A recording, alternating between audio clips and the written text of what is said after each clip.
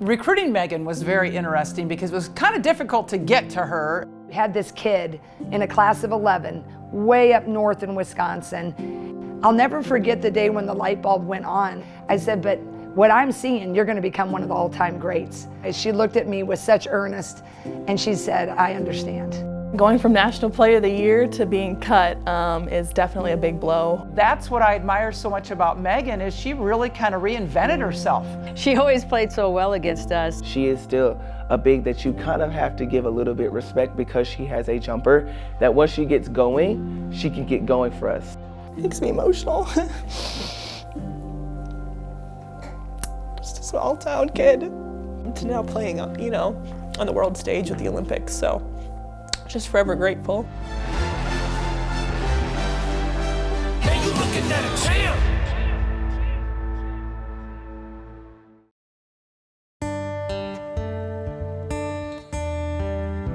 Fort Wayne, Wisconsin, right now it has a population of about 160 people, 170. If you blink, you might miss it. It's beautiful. It's along the south shore of Lake Superior. Just a lot of nature, a lot of trees, fields, forests, but the lake is definitely the best part about my hometown. Second grade, I started organized basketball. My family just loves the sport. My dad played college basketball, my mom did, my sister did as well. So it's just kind of me just following in the footsteps of my family. Growing up in elementary, I was trying to beat everybody else, whether it was at recess or in the classroom. It's just kind of been built in me from the start. I kind of had a turning point moment. I was actually in 8th grade. We did not have enough girls to join and to make a 7th and 8th grade girls team. I think there was only 4 of us, so we joined the boys. I started on the 8th grade boys team, and there was one point, there was a game where during a timeout, the other coach actually came up to the ref and our coach and said I was being too rough on the boys. I think at that moment I was like, okay, I think I can do something with this game and with the sport. AAU, I played for Team Wisconsin. They're a little bit of a smaller club. They're based out of Menominee, Wisconsin. So from Port Wing to Menominee, it's about a 3-hour drive one way. So I'm really thankful that my parents did that drive for me over and over again. I'm really blessed that my parents were able to give that to me. And it really opened up a lot of doors because, quite honestly, I don't know if I would have been discovered by coaches if my parents didn't bring me to AAU tournaments. So it would have been really, really hard to find me if not. Recruiting Megan was very interesting because it was kind of difficult to get to her. We had this kid in a class of 11, way up north in Wisconsin. She didn't come in with 6,000 trainers and been on the circuit and come in with all these incredible rankings.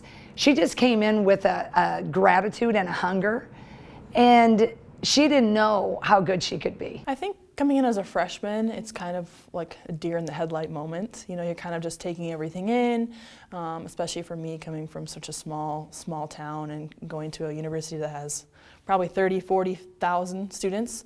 It was a lot to take in, and quite honestly, I was overwhelmed and a little bit anxious. At the beginning, when Megan was at Iowa, she was kind of quiet, and we were like, oh, we're getting kind of a little worried about her.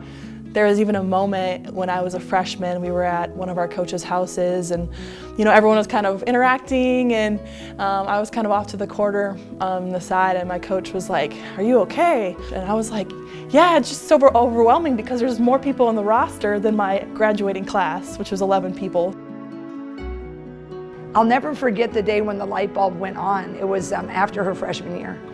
And I brought her into the office before. We always have these end of season meetings. And I said, Megan, you need to look at me and you need to believe me. I said, you can become one of the all-time greatest that have ever played here. I said, but what I'm seeing, you're gonna become one of the all-time greats. I said, I just wanna make sure that you understand. And those big, beautiful eyes, she looked at me with such earnest and she said, I understand. I said, you want it? I'm getting all choked up and she's like, I want it.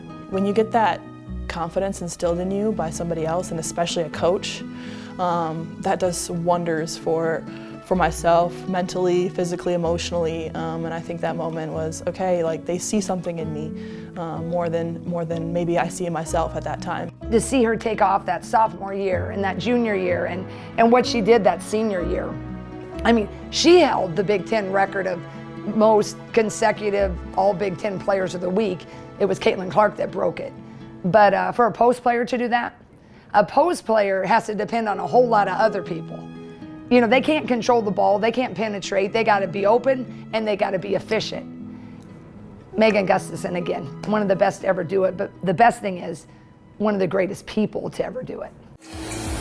We welcome you to the WNBA Draft 2019. Yeah, draft night was very exciting. I had my Iowa coaches there, my parents, my sister, and so when my name got called, I was really, really excited. It was a little bit nerve-wracking because I fell into the second round, so it was definitely nerve-wracking for sure. You know, but once my name got called, it was just relief. We were so excited when she did get drafted, but I don't think that we maybe prepared her for the pro level as much as we could have or should have. I guess being a college coach, you know, you have your blinders on and you're trying to make her the best college post that you can in America. You know, and the WNBA, she's going to be more of a power forward, more facing the basket. We really didn't prepare her for that. She goes, top of the game, right? Goes to Dallas and gets cut. Going from National Player of the Year to being cut is definitely a big blow, but I tried not to let that falter me and to get me down because I knew what I bring to the table. Even though I was a little bit more of a traditional back to the basket post, I had really good footwork. I knew I had the potential to be able to work on my shot and to eventually expand if I worked hard and really just got in the gym. So that's exactly what I did. That's what I admire so much about Megan is she really kind of reinvented herself. She reinvented her game, she reinvented her body composition even. And so that's a very difficult thing to do when you've been playing the game a certain way for 22 years and to go change it, and she did. Gustafson for three. You betcha! The time that I spent with Phoenix was really fun. Even though maybe the results didn't show what we were capable of, we really had a fun time as a group, as a unit. We worked hard for each other and we sacrificed for each other, and that's what I wanted to do.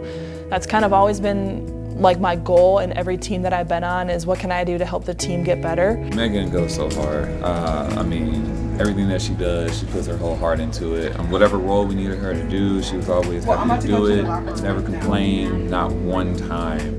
I know that I can bring a spark and bring an energy, and that's what I tried to do at Phoenix, and that's what I'm now trying to do here in Vegas. Checking in for the Aces, number 17, Megan Gustafson. Megan is just a blue-collar worker, a great rebounder, energizer bunny, very high basketball IQ player. She's gonna bring that fire. I remember I hate playing against Megan because I was like, she's never stopping. She's always going. And I'm like, as an opponent of hers at one point, I was like, I hate her because why? Or why don't you stop moving? Like, stop moving. But now she's a teammate, I love it because now they have to guard that.